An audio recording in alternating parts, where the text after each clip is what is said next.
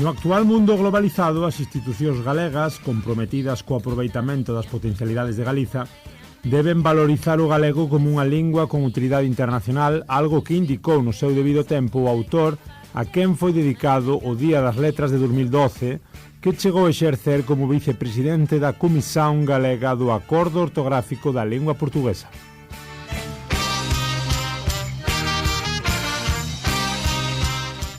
O portugués, nacido na bella Galaecia, é idioma de traballo de 20 organizacións internacionais, incluída a Unión Europea, así como lingua oficial de 9 países e do territorio de Macao, na China. Entre eles figuran potencias económicas como Brasil e outras economías emerxentes. É a lingua máis falada no conxunto do hemisferio sur. É preciso fomentar o ensino e a aprendizaxe do portugués co obxectivo, entre outros, de que empresas e institucións aproveiten a nosa vantaxe lingüística, un valor que evidencia a importancia mundial do idioma oficial dun país veciño, tendo en conta tamén o crecente papel de bloques como a Comunidade dos Países de Lingua Portuguesa. A lingua propia de Galiza, polo feito de ser intercomprensible co portugués, outorga unha valiosa vantaxe competitiva á cidadanía galega en moitas vertentes, nomeadamente na cultural, mais tamén na económica. Por isto debemos dotarnos de métodos formativos e comunicativos que nos permitan desenvolvernos con naturalidade nunha lingua que nos é moi próxima e nos concede unha grande proxección internacional. Por tanto, para a mellora do desenvolvemento social, económico e cultural galego, as autoridades deben promover todas cantas medidas sexan posibles para mellor valorizar esta vantaxe histórica. Por todo o exposto, o Parlamento de Galiza aprobo e eu, de conformidade co artigo 13.2 do Estatuto de Autonomía de Galiza e co artigo 24 da Lei 1/1983 do 22 de febreiro, reguladora da Xunta e da súa presidencia, promulgo en nome de El Rei a Lei para o aproveitamento da lingua portuguesa e vínculos coa lusofonía.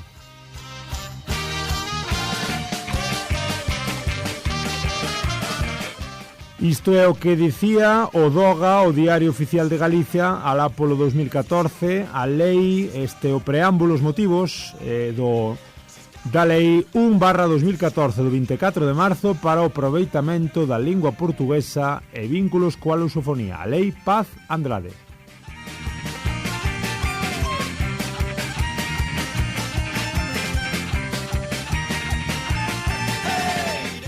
Ola, moi boas, eu son Germán Estévez, o germano a portuguesa, e aquí estades nun novo episodio do Galiportus, este voso espazo galaico-portugués, unindo Galiza e Portugal voz a voz. Hoxe falamos desta perspectiva xa dunha década, en que punto estamos nesta lei tan interesante, tan importante, aprobada no seu día pola totalidade dos partidos políticos presentes no Parlamento de Galiza. Falamos xa da Lei Paz Andrade, do que significou, do que significa e do que pode significar.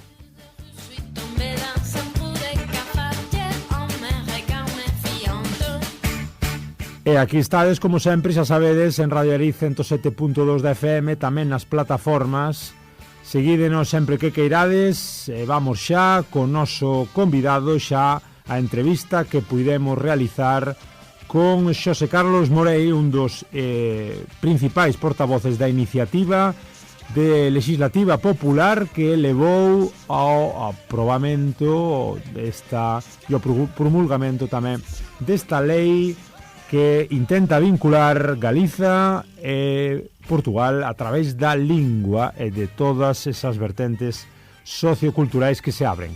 Vamos xa coa entrevista. Estamos con Xosé Carlos Morei, empresario e profesor, e que foi tamén portavoz da iniciativa legislativa, a proposta de lei, de levala a cabo un pouco, levala adiante despois no Parlamento. Moi boa, Xosé. Hola, Germán. Un placer estar aquí con vos.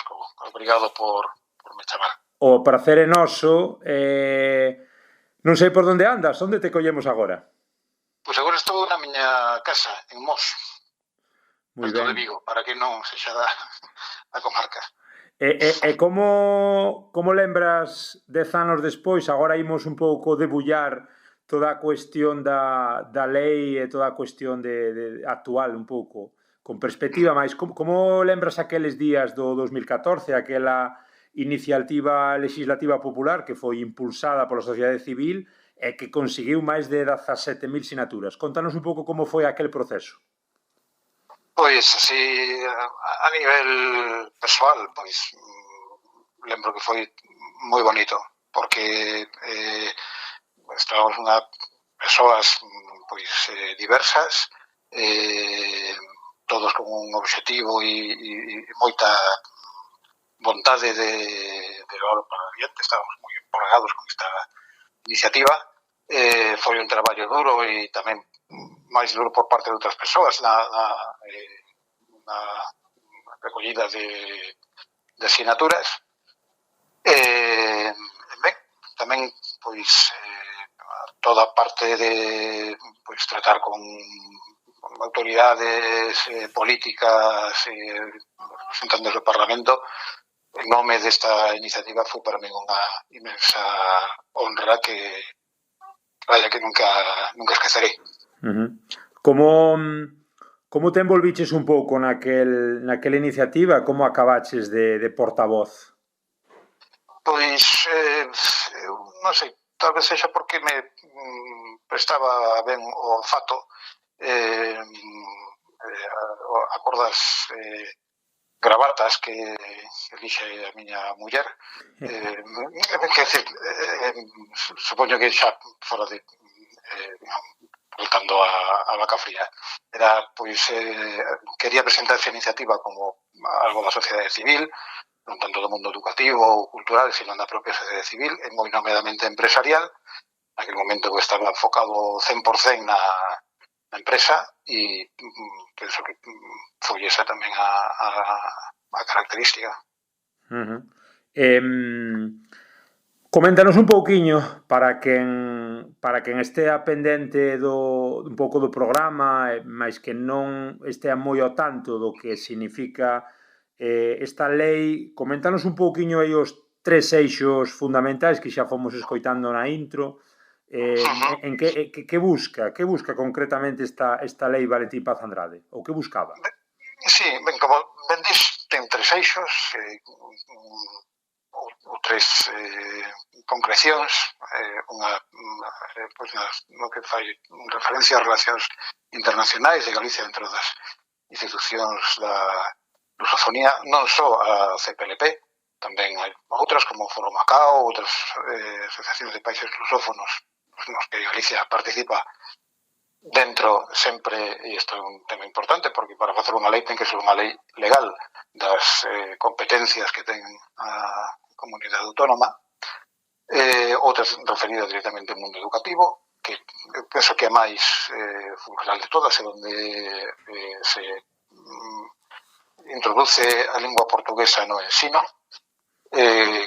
Dentro, esta foi tamén a parte pois digamos máis importante, que foi dentro do ámbito de materias de lingua estranxeira, mas introducida, e depois falamos un pouco máis disto, porque xa digo, penso que a parte máis importante. E unha terceira que fai referencia pois a unha reivindicación histórica, que era do relacionismo en xeral do galeguismo, que a recepción de radio e televisión en aberto, mas, en fin, mudou todo, mudou agora como se reciben a televisión, a medios de comunicación, a radio, como ben sabes, mudaron as leis educativas, mudou a xeopolítica tamén, especialmente, disto tamén habería moito que falar, mas eu, na miña opinión, o máis relevante de todo é que a lei, o que está que non é só un preámbulo decorativo, é o máis importante o núcleo da lei, que hai unha lei, e estamos falando dunha lei, non é unha disposición adicional, como acontece na lingüística ou algo así, é unha lei que directamente di que o galego é intercomunicável con o portugués, vale? Isto que os lingüistas chaman variedades diatópicas, e tamén o propio Padre Sarmiento falaba neste sentido, para o que éramos comezos da lingüística, e ademais compromete a todos os poderes públicos, institucións, etc., a promover esta intercomunicabilidade. Isto para min é máis importante e o núcleo da lei, porque as outras digamos, estas partes pues mudan con a propia sociedade, xa non é mesmo pues, a xeopolítica agora que 10 anos, pues, mudou moito, pensábase por caso que o mundo era multilateral, agora fica claro e que organízase por bloques ou digamos porque o poder non é un só sistema.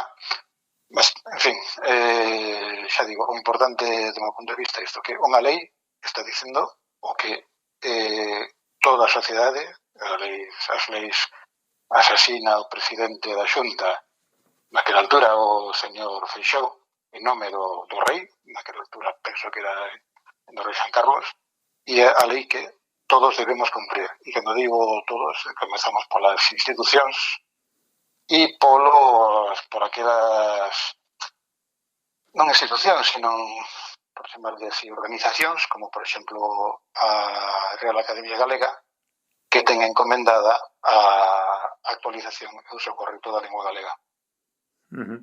E que 10 anos despois, Xosé Carlos, que se cumpriu e que falta por cumprir? Porque lemos información ao respecto disto e xa en 2022 pois xa se comentaba desde a parte un pouco máis crítica, non, da oposición ao goberno da Xunta do PP, xa falaban de que eran 8 anos de incumprimentos.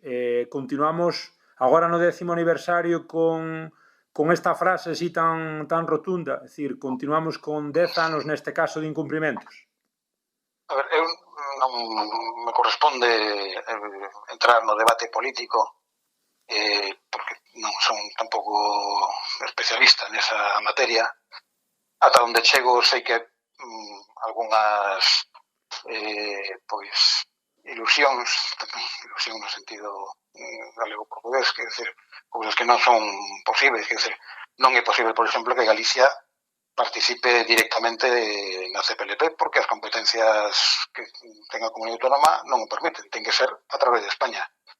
Entón, sei que hai moita xente que se sinte frustrada por isto, mas que a realidade non permite ir máis alá e vou para alén disso, é dicir que a realidade da lei vai moitísimo alén de que xa digo, decía antes que a CPLP non é tampouco máis relevante hoxe en día a nivel mundial, é dicir, o Foro Macao ten moitísima máis importancia e aí sí que hai territorios ou xenes autónomas ou como se quira chamar que participan directamente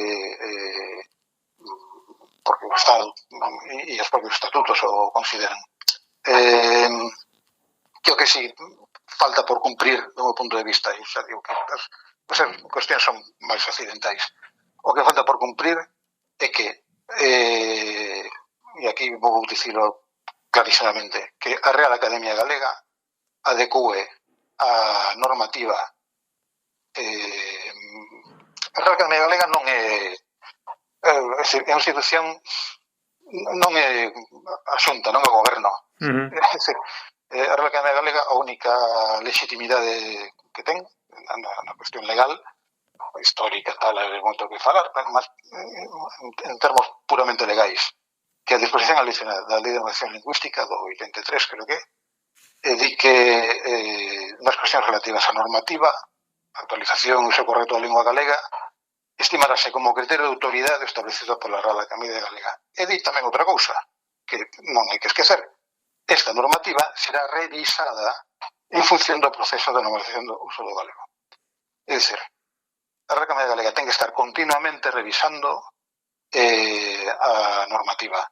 Continuamente, e o dicionario, hai un dicionario online, por fin e tal, que en teoría pois debía estar introducindo palabras que son galeguísimas, como bolacha, que coincide co portugués, e non está incluída, e así tantísimas outras. Houve unha grande reforma no 2014, penso, mas non se trata de se trata de que vaya adecuando, como está disposto pola Lei de Ordenación Lingüística, a normativa o uso correcto que a normalización, como se vai normalizando a lingua galega. E unha parte importante disto é unha nova lei, esta sí lei, con todas as letras, de obrigado cumprimento, que di que o galego ten que ser intercomunicable con o portugués. Esta é unha lei. Entón, as leis teñen que cumplirla todo o mundo, comenzando desde pola Xunta e tal, mas tamén por aquelas institucións que están encomendadas pola Xunta para realizar a súa misión. Este é o punto de vista que falta, e é donde, claro, todos focamos a mirada pois en que si tanto vacantes de profesores de portugués ou tal, ou como tantos centros que dicen portugués, que iso é importantísimo, por suposto que sí. Mas o máis importante de todo é isto, é que o galego e o portugués son e deben de ser cada día máis intercomunicables. Nada, comentando un pouquiño exacto, a nivel das diferentes eixos, dicías antes da cuestión do intercambio audiovisual, que claro, a perspectiva do 2014 non ten nada que ver coa do 24, aínda así, en estes tempos de contidos digitais á carta, digamos, en que punto debería estar a cuestión dos canais portugueses na Galiza desde a perspectiva tamén da lei? Pois hai cousas que son de sentido común. Por exemplo, pois o goberno de España para conseguir unhas maiorías políticas, pois fixo que as plataformas Netflix e tal, pois que tivesen que dar uns conteúdos noblaxe, non sei que, o rotulaxe en catalán. Lógicamente non podía discriminar as outras linguas autonómicas, tamén en euskera e en galego. Eu non digo que o galego non se teña que chamar galego e exercer todos os seus dereitos como unha lingua oficial que é no Estado español. Mas vamos a por un caso que todo o mundo poderá entender. O caso do valenciano. Tamén, por exemplo, recentemente se poden utilizar os idiomas autonómicos no Congreso dos Deputados. Os oficiais, claro. Entón, claro, unha serie de persoas decían, o valenciano é lingua oficial, ten que utilizarse o valenciano. Cosa que non acontece con a lingua das Baleares, porque ten como nome catalán. Mas había xente que decía que tamén tiña que estar o valenciano. Claro, a diferencia de valenciano, polas normas de Castelló, naturalmente, que son as que vigoran, non por outras inventadas e tal, son tan converxentes con todo o que é a lingua catalá que non ten sentido facer unha nova traducción en valenciano. Entón, con o galego acontece mesmo, e pensa tamén o que foi isto o que é a nivel europeo, é dicir, o galego xa é oficial, a variante sur, a variante portuguesa xa é oficial na lingua na Unión Europea, utilízase por parte de algúns diputados e deputadas, e isto é algo completamente normal e natural, e ainda diría máis, desde a pasada completamente legal, porque están utilizando un galego converxente con o portugués. Penso que por aquí é por donde teñen que, e donde, por outra parte, vamos a encontrar máis consenso social en todos os sentidos. Por exemplo, no ensino, na educación. está claro que ten de haber unha serie de horas e de materias en lingua galega. Iso non é discutible, o que para acceder á función pública, xa que Maremar ten un certo valor, pois as probas de galego e tal. Eso non é discutible. Agora ben, o galego que está no sistema educativo ten o que se está a ensinar, o que ensino eu, que tamén son profesor, é o rexistro oculto do galego. O rexistro oculto do galego, non reintegracionista, sino que di, pois, por exemplo, na Universidade da Coruña, doutrina xeral, é o que converxe como portugués. Entón, se encontramos que no ensino de lingua galega non se fai distinción, por exemplo, entre atopar e encontrar, cando encontrar é a palabra xeral, que temos o xeral, atopar un pouco por caso, e claro, que acontece que como encontrar coincide con español, neste caso hai unha hipergalización de atopar e só hai atopar. O mesmo acontece con acalar, por conseguir, hai millóns de exemplos. Entón, en todo isto é onde temos que ter máis mentalidade legal. Temos que todos eu primeiro ir pola fenda constitucional e das leis. Entón, aquí é onde efectivamente pois hai un sector da sociedade minoritario, hoxe en día xa, absolutamente, que é o isolacionismo, que a súa parte de cumprimento da lei obrigada e obrigatoria non a está facendo, que pois non teño problema en porlle nomes, porque non é así, é a Real Academia Galega. Falta por facer non digo unha reforma grande como a do 2014, é un proceso de como ordena a lei, de ir converxendo con o portugués culto, até facelos comunicables. Evidentemente o portugués de Algarve e o galego, pois, neofalante, pois, están moi distantes, mas estamos ainda no nivel da fala, no nivel da escrita, no nivel da ni siquiera da grafía, da morfoloxía, do léxico, hai moitísimo por facer. Falábamos un día con Eduardo Maragoto tamén sobre cuestións relativas a estas da fala e das grafías, do reintegracionismo, un pouco explicando aos nosos ouvintes o que era este movimento. Tú que és máis favorable, Xosé Carlos, da cuestión da binormativismo ou de aproximar cara a esa, digamos, cara a esa norma unificada con pequenas variantes? As dúas son posibles. O Eduardo Maragoto ten un libro magnífico que utiliza nas miñas aulas, que é Como ser reintegracionistas, en que a familia saiba que, como se pode ver polo título, pois como utilizar unha norma sin distanciarse da ultraortodoxia da Real Academia Galega, que, insisto, é unha opinión máis, é unha argumento que mas a Real Academia Galega non son, non sei, como uns señores que reciben un pedazo de poder para eles facer o que queiran. É dicir, eles teñen que seguir a lei. Pero bueno, ainda pensando que non están a seguir perfectamente, pódese utilizar moitísimas expresións en morfoloxía, en léxico, a todos os niveis, dentro dun rexistro oculto de galego, para conversar con a lusofonía. A outra solución, o binormativismo, ten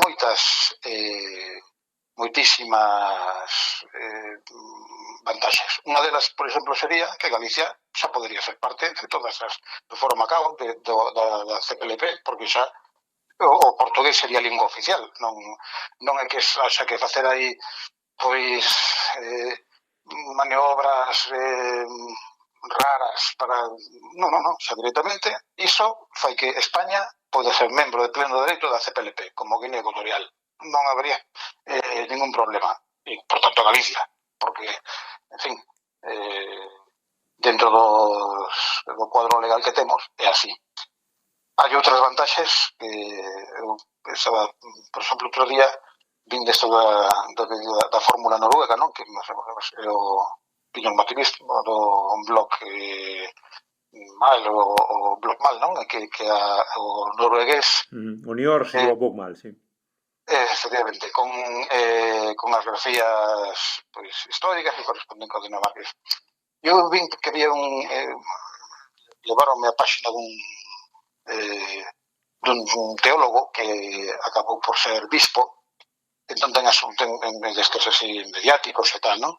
E ten unha páxina en internet que está en inglés e ten unha versión en noruegués en bokmål. Claro, é curioso, porque utiliza esta versión e non a outra, non? Entón, así pesquisando na súa biografía, pois foi feito bispo recentemente.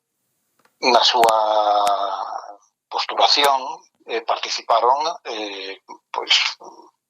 participou a hierarquía da Dinamarca. É dicir, para el o idioma é unha maneira de tecer unha rede, isto sí que unha rede saudável, non como outras redes culturais que andan por aí que son viciadas e que, en fin, redes no sentido de mafias. Aquí falamos dunha rede saudável, dunha rede positiva de contactos internacionais para simplemente facer progredir as intencións, empresas, iniciativas que se teñan. Entón, aquí levaría realmente o binormativismo a acelerar todo este proceso que o que estamos a procurar agora obrigados baixo a lei. Que acontece? Que claro, a quen pode quen diga que isto é algo que é moi precipitado, que máis ao final do camiño que do principio, tal. E aquí, a miña opinión particular é, eu comparo, porque penso que así moi claramente, fixeno antes o caso de Galicia con Valencia. É dicir, en Valencia tamén tiveron este debate, tiveron en Cataluña, no seu día, con Pompeu Fabra, tal, fixo unhas normas do catalán inclusivas, incluíse tamén a Valencia. No caso da lingua portuguesa, as normas do acordo ortográfico do 91 inclúen, Valentín Paz Andrade, precisamente, están feitas con base no portugués histórico, o que se fala no norte. De feito, como demostra Maragoto neste libro, Valentín e outras persoas, léese máis facilmente o acordo ortográfico en galego que, por exemplo, en brasileiro de São Paulo. Entón, que aconteceu no caso do valenciano? Que eles, as normas de Castelló, asumen o tronco científico do idioma e nominalmente, por eu tamén o que comentaba antes, o nome é valenciano. Entón, no Estatuto de Autonomía figura como nome valenciano, a xente ten de se examinar de valenciano, tal. Isto para eles é como unha especie de, decir, no seu idioma, e ademais a xente que vai aprende valenciano, isto está moi ben tamén para o caso do galego, que tamén é unha lingua, non? Temos tamén, a lingua serve tamén para protexer un espazo, aparte de para ampliar, que iso tenemoslo clarísimo, tamén para protexer, é dicir, a función pública que falaba antes, etcétera, e tal. Ben, a propia conexión coa historia, etcétera. Ben, entón, iso ten o nome de valenciano, ten, digamos, unha adaptación morfolóxica, a algunhas formas, os plugais, tal, os posesivos, tal. Mas ninguén discute, a serio, claro, non falamos aquí de xente extravagante, ninguén discute a serio que iso é lingua catalá. E na práctica tamén é así. Falamos tamén en récord editorial, etc. Entón, no caso de lingua galega, unhas normas tipo, a GAL, por exemplo, así como máis focadas na parte galega, ou directamente o acordo ortográfico, igual que asinou Brasil, Portugal, a outra terceira pata que falta claramente a galega, porque portugués africano e portugués continental, vaya, eso Sí. A nivel lingüístico a pata que falta é a galega. Para min as dúas son válidas, non. Sí, deixame avanzar un pouquiño, Xosé Carlos. Dicías no Portal Galego da Lingua, nunha entrevista, nunhas liñas que che lemos, que a rapaceada xa non quere comprar discursos voluntaristas, e aínda así, calquera estudante galego sabe que ten ao alcance, digamos, no secundario, un B2 dunha lingua oficial da Unión Europea. Claro, ese é o tema. A ver, son profesor tamén de secundario e estou en contacto con rapaces e tal, non falo só por teorías. Está o moi respetable traballo dos gabinetes de dinamización lingüística, antes chamados de normalización, son cartaces para incentivar o uso da lingua galega, tal, sei que presentan tamén a situación injusta do idioma e tal, para motivar, digamos, ese aspecto emocional para o uso do idioma. Sí, sentimental. Sí, ben, mas os rapaces agora son moi pragmáticos. Entón, atenden do punto de vista da miña experiencia, tal vez outras persoas teñan outras e son respetables. Do meu punto de vista, atenden moito máis a decir, mira, rapaces, e si estudiades, xa non digo portugués, lingua portuguesa e tal, que por suposto, mas únicamente con un rexistro oculto do galego, como do que antes falábamos de a Universidade de Maragoto, tal, a Escola da Coruña, con un rexistro oculto do galego, que para alén diso é o legal, é o que manda a lei, non é que o diga eu, é que o di a lei.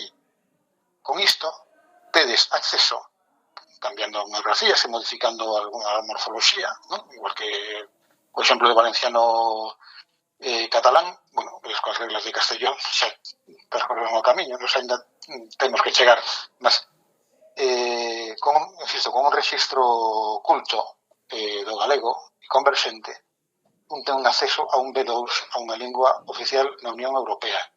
Non hai ningún rapaz ou rapaza de toda España ni Portugal que teña esta vantaxe. Entón, nós vamos a utilizar, penso que o positivo, o serio, é utilizar o que temos, non ter saudades do que non temos. Querer ser, xa nos gustaría como Cataluña, Euskadi, con a burguesía, que non sei que, non sei cuántos. Ben, sí, ben, pois agora hai o que hai, e non é nada mao. Aliás, está bastante ben. E iso motiva o uso do galego, motiva a súa aprendizaxe e non rexistro oculto. Non rexistro coloquial, os pasos son máis lentos, iremos pouco a pouco e tal, que estou sempre a falar dun rexistro oculto. Esta oportunidade un pouco tamén se reivindica aí un pouco desde eses foros, pois que, por exemplo, vinculados ao Diamante Galego, aquel documentario do que xa falamos tamén nun episodio, son unha visión, como comentas, máis pragmática, máis económica, máis, digamos, de aplicar a lóxica comercial, a lingua tamén é de oportunidades, non? Comentaba Maragoto que os empresarios brasileiros entran por Portugal e non pola Galiza, cando podían entrar moitos máis, eses fluxos económicos tamén a norte do Miño, aproveitando un pouco a oportunidade que supón a lingua. Claro, é unha lógica máis realista, máis de economía, no sentido de economía de cuidado da casa. claro, non volvendo a decir, xa os economicistas os empresarios, os de dereitas, os non sei que, os neocom, os oportunistas. Non, o sea, deixemos fora todos estes apelidos, quintos apelidos raros que están a procurar persoas que realmente non están interesadas no galego, sino máis ben no seu proxecto, pois non sei como chamarle, persoal, isolacionista e tal, nunha lógica de realidade das cousas, de ser o que son, científica. Antes citaba o Padre Sarmiento e o que é a ciencia internacional, que considera galego-portugués un mesmo sistema, por decirlo claramente, unha lingua con dúas variantes. Pois isto é a lógica da realidade que trae como fruto, e hai moitísimas experiencias e mas, en fin, sempre así. A realidade sempre trae como consecuencia o crecimento e o desenvolvimento económico, humano, de todo tipo. E quen mora nun mundo ideal de a nosa lingüiña tan bonitiña e non sei que, o sea, non vai será feliz, tal vez el ou ela, mas non vai ter como consecuencia todo o desenvolvemento que a potencialidade que o galego ten. Acabando un pouco ca cuestión audiovisual, Xosé Carlos, como es que se pode facer a partir de agora, tendo en conta que hai esa competencia estatal que parece que non vai adiante? É dicir, todo o mundo ten, o que comentamos, todo o mundo ten hoxe acceso a vía calquera canle de YouTube, vía calquera web, a propia RTP nos aplicativos das Smart TVs, mas para que entren eses contidos moito máis fácil, moito máis fluido, directamente por decreto e por un pouco, pois, porque están aí, ao alcance de calquera, como hai que facer, en que tecla hai que tocar? A ver, eu penso que isto non é unha cuestión de decretos, sino de aproveitar oportunidades. É dicir, non sei se en bo caso se ve algo, eu nas plataformas que estou, cando quero ver cinema de ocio, tal, ou entertainment, todo isto, pois o idioma do son normalmente original, o inglés, ou o que sexa, o español, ou tamén o resto da familia ten que concordar, mas os subtítulos en portugués. Xa están accesibles. Hai portugués europeo e brasileiro. Bastante europeo. Con iso, un está acompañando pois ese tema, mirando a versión xa e aprendendo galego, aprendendo moitísimo galego. Expresións, palabras, hai moitas que son, pois, en fin, máis propias do portugués, máis o 98% son comuns coas nosas. O que pasa é que non o sabemos, están escondidas, non están aínda legalizadas, aí sí que estamos falando de decretos e de leis pola institución que debía facelo, a la Academia, e é onde estamos perdendo oportunidades. Por iso creo que a batalla é unha batalla legal que unha batalla política ou mediática, o que toca agora. Por exemplo, volto ao exemplo do valenciano, se me permites. Houve un momento en que unha serie de concellos rebeldes, en lugar de utilizar as normas de Castelló confluentes con o resto de catalán, isto tamén o ten feito un artigo Valentín Fraxín con Carme sobre este tema do valenciano, tal. Bueno, pois é un momento en que unha serie de concellos decidiron que iban a utilizar un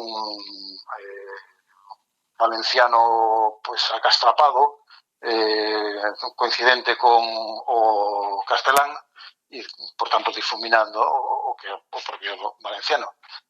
E foi unha asociación, agora non lembro cal, valencianista, non somos valencianos,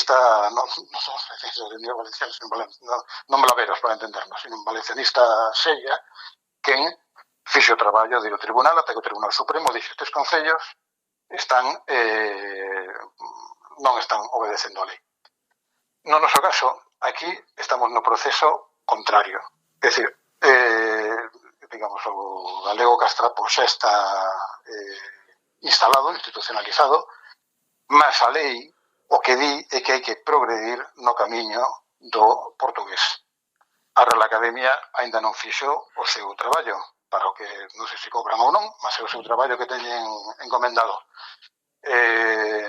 Entón, o que aconteceu foi que unha asociación fixo os recursos legais tal, ata que o Tribunal Supremo dixo que teñen que utilizar todas as normas de Castelló. Despois da asociación pasou a factura ao goberno valencià, que naquela altura creo que era do PSOE, e non se molestou en defender a legalidade, fixeron esta asociación, pasou a factura, non sei se cobraron ou non, mas eles fixeron o traballo. E eu penso que por aquí é por onde temos que ir, porque aquí lo que se trata xa neste momento non é de facer presión, é de cumprir as leis e exixir a todo o mundo que cumpra as leis. Estamos nese punto e temos que mudar de mentalidade. Xa non estamos na barricada, tal, que moi bonito e tal, na revolución aquela de Viñas Rosas e tal. Estamos agora na lei, nos escritorios, e temos que facer escritos solicitando que se cumpra a lei, ni máis nin menos, que se cumpra a lei. E a lei di que o galego ten que conversar co portugués, que todo o mundo tome nota e que mova ficha. Que puido pasar para que xa sei que igual non é un pouco o teu campo, non estamos aquí para falar de política, mas que puido pasar para que todos os partidos, mesmo a dereita, se puxesen de acordo? É dicir, ese pragmatismo tamén o viu o PP claramente?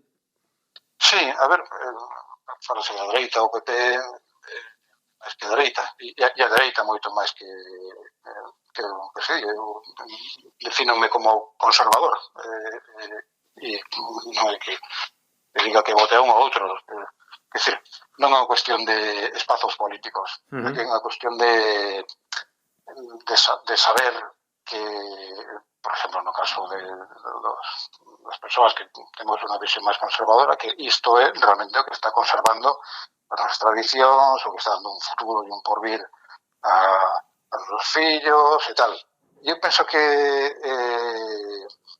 en fin, é unha teoría que teño, mas penso que non está moi desviada.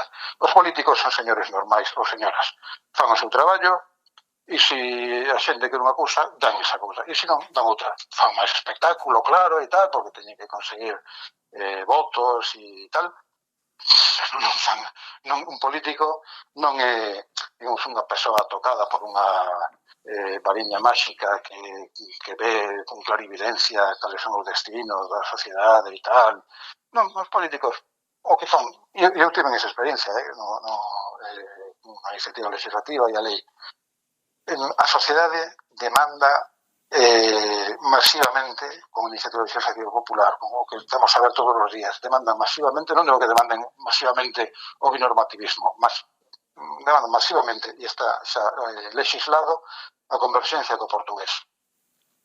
A partir de que os políticos non van a facer nin máis nin menos. Eu penso que se algo deberían facer, pero claro, aí xa topan coa Igrexa, exixir un poquinho máis a Real Academia, que para iso cobra ou non sei, pero claro, aquí xa digo que topan con altos egos que xa eles saben perfectamente que teñen que facer e tal, e non admiten que ninguén, é moito menos un político, les diga o que teñen que facer. Mas, polo menos, debemos considerar que o deber moral, cando non directamente civil, porque está así encomendado, teñen que facer as reformas oportunas, polo menos para abrir o leque de posibilidades morfolóxicas, léxicas, etcétera, para que esa converxencia sexa algo real. E ese é o camiño que eu penso que os políticos é onde hai que exixir. E os políticos, aparte das manifestacións, nos xulgados e nas demandas e tal. E, en fin, por aí supoño que deben de ir os Os tiros. As reivindicacións. Son 5 artigos principais na lei. Fala o primeiro sobre que os poderes públicos promoverán o coñecemento da lingua portuguesa e das culturas lusófonas para afondar nos vencellos históricos que unen Galiza cos países, comunidades de lingua portuguesa no marco da Eurorrexión tamén, das estrategias da Eurorrexión Galiza Norte de Portugal. Cal pensas que ven sendo tamén o papel aí, a forza que se ten feito desde a Eurorrexión, desde o eixo atlántico? Chega a forza do norte ou non chega, digamos, nesta dualidade moitas veces tan centralista Madrid-Lisboa? Pois, o Eurorrexión algo que está tamén institucionalizado en grande medida.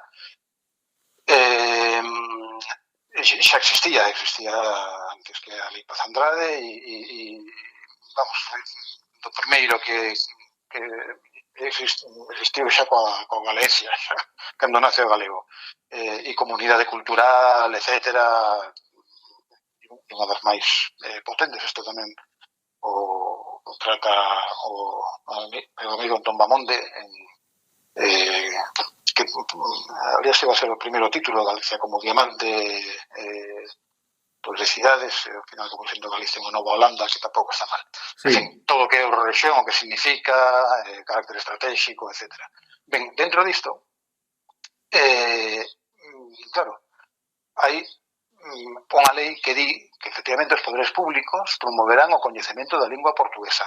Entón, isto que significa? Volvemos outra vez ao terreno práctico.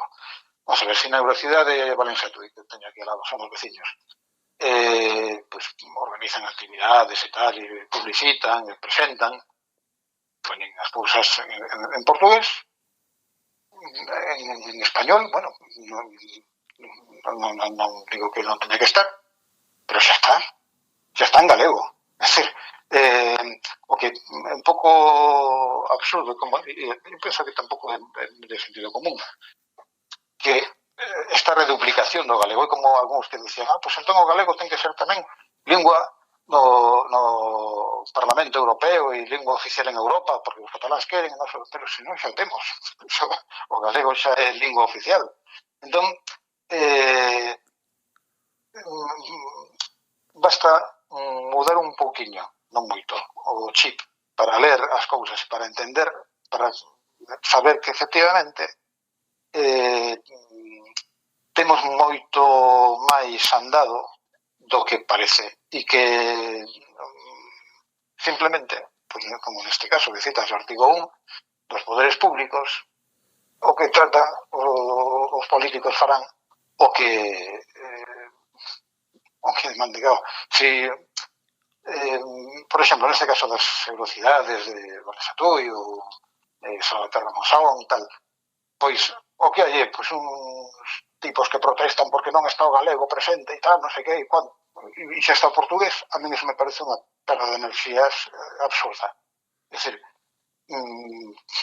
a lei xa está dicindo que promoverán o coñecemento da lingua portuguesa, e a lingua portuguesa é unha variante da nosa lingua, non é unha perder forzas con que ten que ter tamén a variante galega coas súas ortografías e tal, non sei que, pois non lle vexo moito sentido. Sí, no artigo 2 falas un pouco das competencias en linguas estranxeiras, e aquí un pouco tamén estamos nesa cuestión de se a lingua portuguesa pois xa forma parte, ou mellor dito, se a lingua galega forma parte do mesmo tronco. É dicir, onde deberíamos situar aquí a presencia do galego, é dicir, e do portugués? Portugués, ten sentido estudiar portugués tamén como lingua estranxeira ou debería estar directamente nos institutos, pois como bueno, dentro das horas de galego, non? Sí. Este é un tema fundamental. Foi o núcleo do debate cando se aprobou a iniciativa legislativa popular. Houve unha serie de reunións nas quales eu estive presente con a Xunta, con o director xeral de Política Lingüística tal, e a vontade da lei era efectivamente que o portugués como variedade un variante da lingua galega, estivese nas aulas de lingua galega. E para iso, pues, implementar pues, o número de horas, etcétera. Mas isto decía Padre Sarmiento. Padre Sarmiento decía que os rapaces que tiñan os rapaces que se escolarizaban e tal, que teñan que aprender o nome das cousas na súa lingua materna, o nome dos carballos, os árbores e tal, e que para iso e a liturgia da Igrexa Católica penso que se trouxesen materiais escritos de Portugal. O sea, isto xa decía Padre Sarmiento. Ben, entón, ese era o punto inicial. Que acontece? Que non é determinado nos convoca unha reunión, o que na altura era a presidente do Consello de Cultura Galega, Ramón Villares, pois con persoas do ILGA, digamos, a high jet cultural galega, non? E nos decimos, pensamos que este é o camiño, e non sei, tal vez, hai que justificalo por esa vía, pensando que viña daquela guerra con o de Galicia bilingua, aquela cousa que hubo tan tremenda e tal, e que estaban como moi blindados, as horas de galego, non sei que, non vamos a ceder ni un milímetro, e non cederon ni un milímetro, ni un minuto, literalmente, porque non viron que isto iba no favor do galego, que non era que unha nova lingua fose así. Ben, acontece que na lei, ao final, buscas palabras máis en fin, que consigan chegar a máis. Entón, a aprendizaxe da lingua portuguesa é no ámbito das competencias e non extranxeiras. É dicir, aquí dúas palabras por medios, dous frases dos grupos nominais que están non se define o galego como o portugués, perdón, como unha lingua estranxeira. O portugués non é unha lingua estranxeira, é unha variedade da lingua común.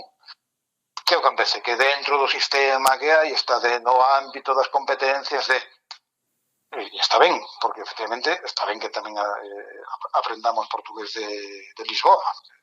Isto tamén é favor noso. E que haxa unha asignatura que neste moita demanda. Tamén teño dado aulas en Extremadura, moita xente apuntase a portugués porque é máis fácil de aprender. Tengo a lingua de partida o español e os puntiños da selectividade e tal, non sei que, pues todo o mundo os quere. En fin, por razóns puramente pragmáticas que en Galicia témolas sobradas. Mas, xa digo, está no ámbito das competencias. Non significa que se este definindo o portugués como unha lingua estranxeira. Non o é. No artigo 3, déixame que che comente, Xosé Carlos, que di que de maneira especial fomentarase o coñecemento da lingua, neste caso, lingua oficial portuguesa, non? Un pouco a variante dentro do que ti comentas, por parte de empregados públicos a participación das institucións en foros lusófonos de todo tipo, así como a organización da Comunidade Autónoma Galega de eventos con presenza de entidades e persoas en territorio que teñan o portugués como lingua oficial. Despois de toda esta historia, parece que tú lle estás atizando bastante a RAC e eu que lle estou atizando bastante a parte política e ao final non se trata de buscar culpables, sino de buscar solucións, mas que cara nos queda cando vemos a representantes políticos que tampouco, pois, é un pouco non se comprometen con leis que saen do Parlamento que son emanadas por unanimidade. Vemos a presidentes da Xunta en xuntanzas, en reunións deste tipo, coa lusofonía por medio dirixíndose en español. A ver, non é que defender un goberno nin outro. Non son parte, non fago parte nin de goberno, nin partidos, nin nada. Non, nin eu tampouco. Nin que tampouco.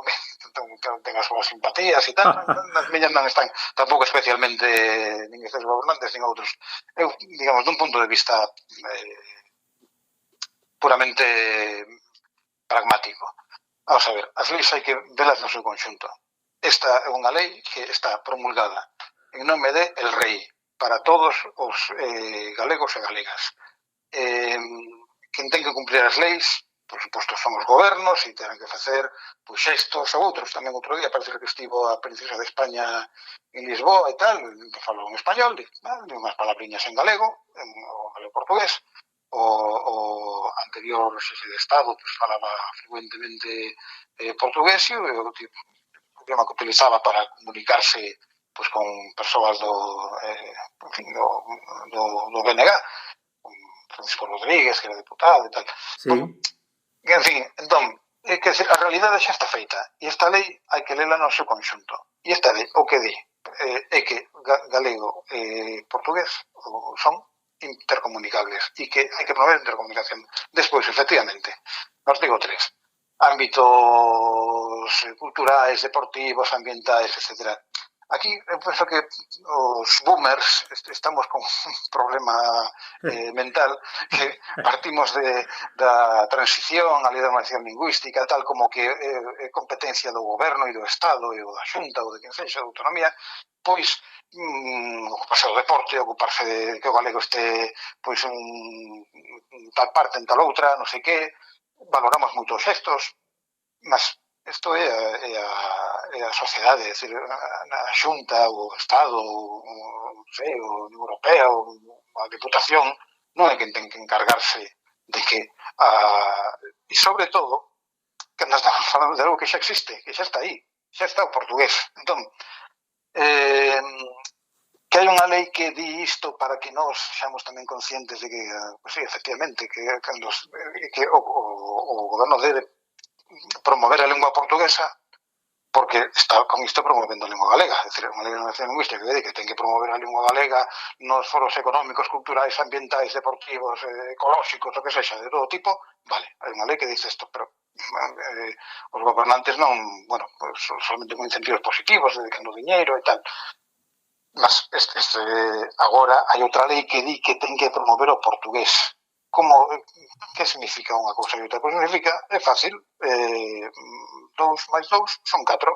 Si unha lei dice que hai que promover o galego e outra lei dice que hai que promover o portugués, é que o galego e o portugués son variedades da mesma lingua.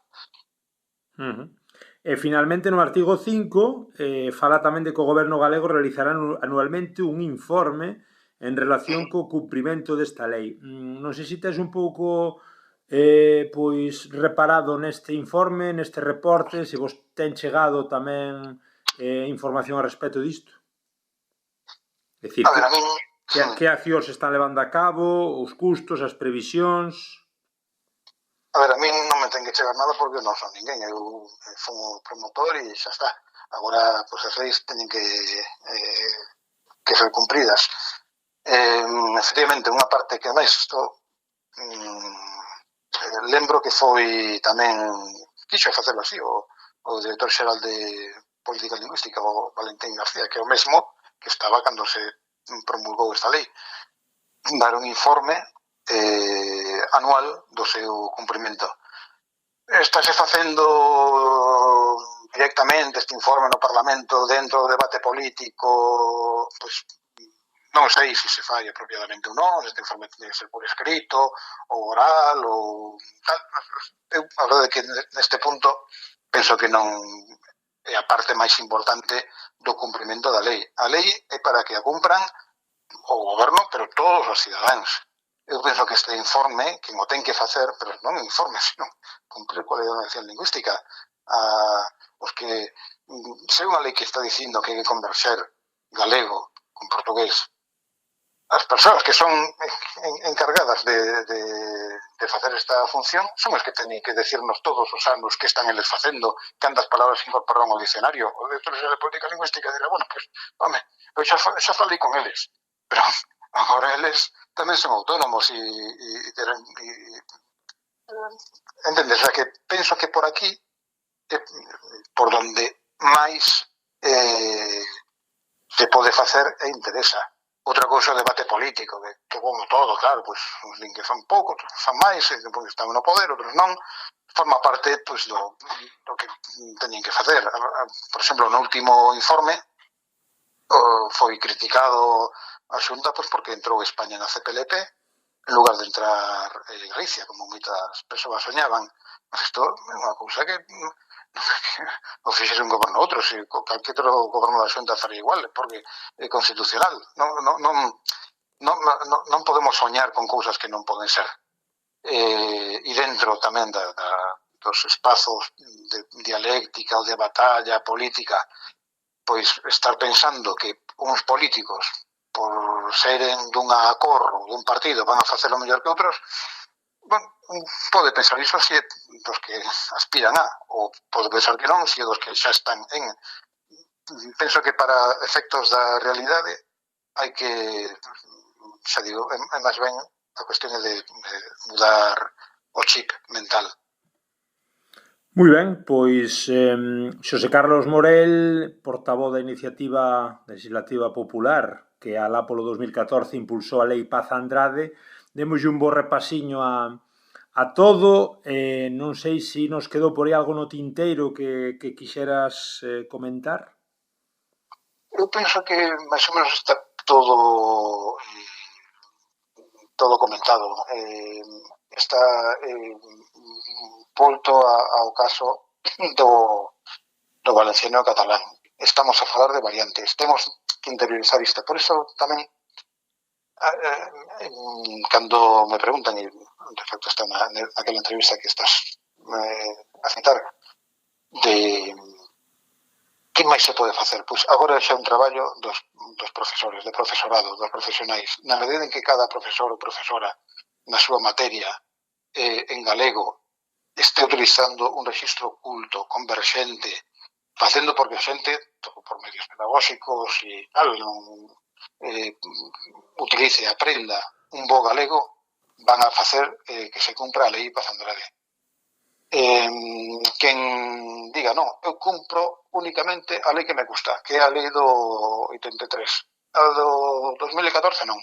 Iso non é un bo cidadán, non é ningún bo galego, ningún bo español, ningún bo europeo, ni nada. Son persoas que están no seu xogo, na súa historia, e que van por libre.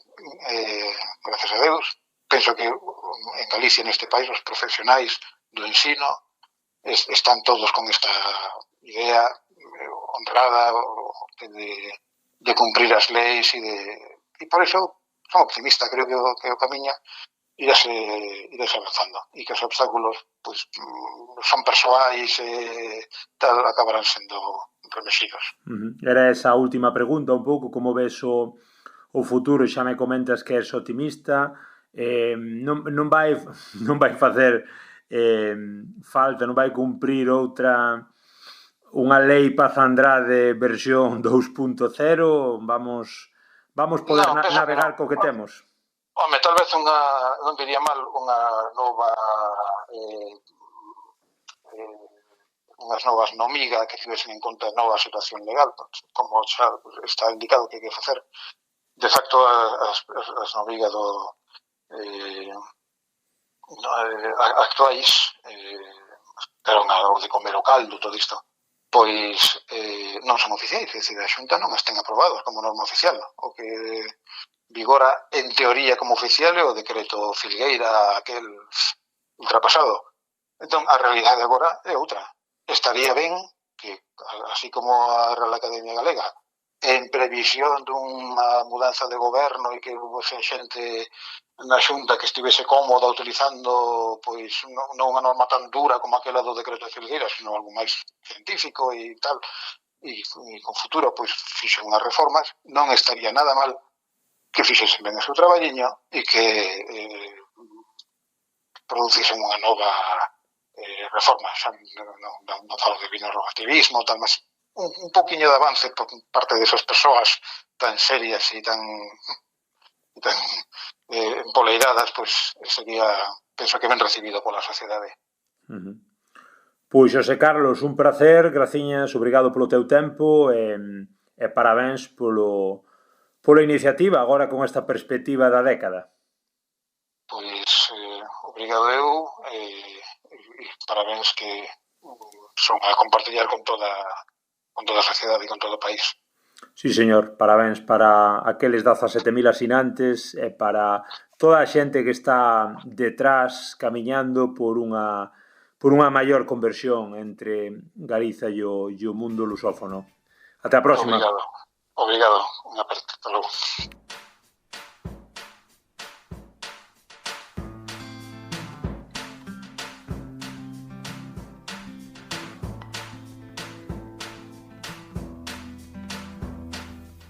Ben, pois xa vistes un pouco, escoitastes interesantes minutos con Xosé Carlos Morei falando en calidade de portavoz alá polo 2014 da iniciativa legislativa popular, vendo un pouquiño estes 10 anos de lei Valentín Paz Andrade, vendo un pouquiño que significou no momento, como evolucionou e en que punto nos encontramos actualmente.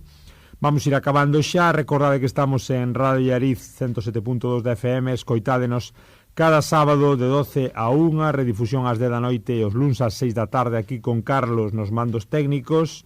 Estamos nas redes, en Facebook, en Twitter, en Instagram. Comentádonos o que queirades no correo en galiportuspodcast@gmail.com.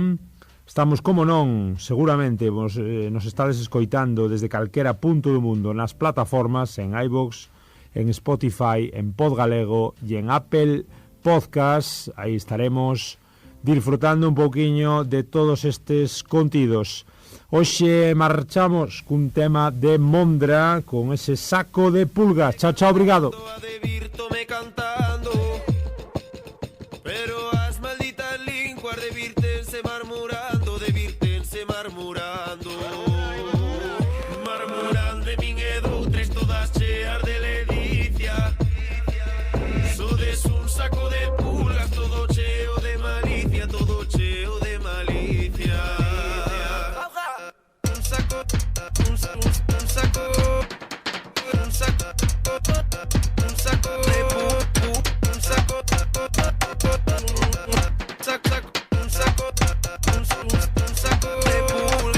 un saco. Levar vida cantadeira non é deshonra ninguna, deshonra é marmurar da vida de cada unha, da vida de cada unha. Marmurando de min e doutres, marmurando o mundo inteiro. Antes de falar de min é a mirar por si primeiro, a mirar por si primeiro. Un saco, un saco, un saco, un saco, un saco de un saco,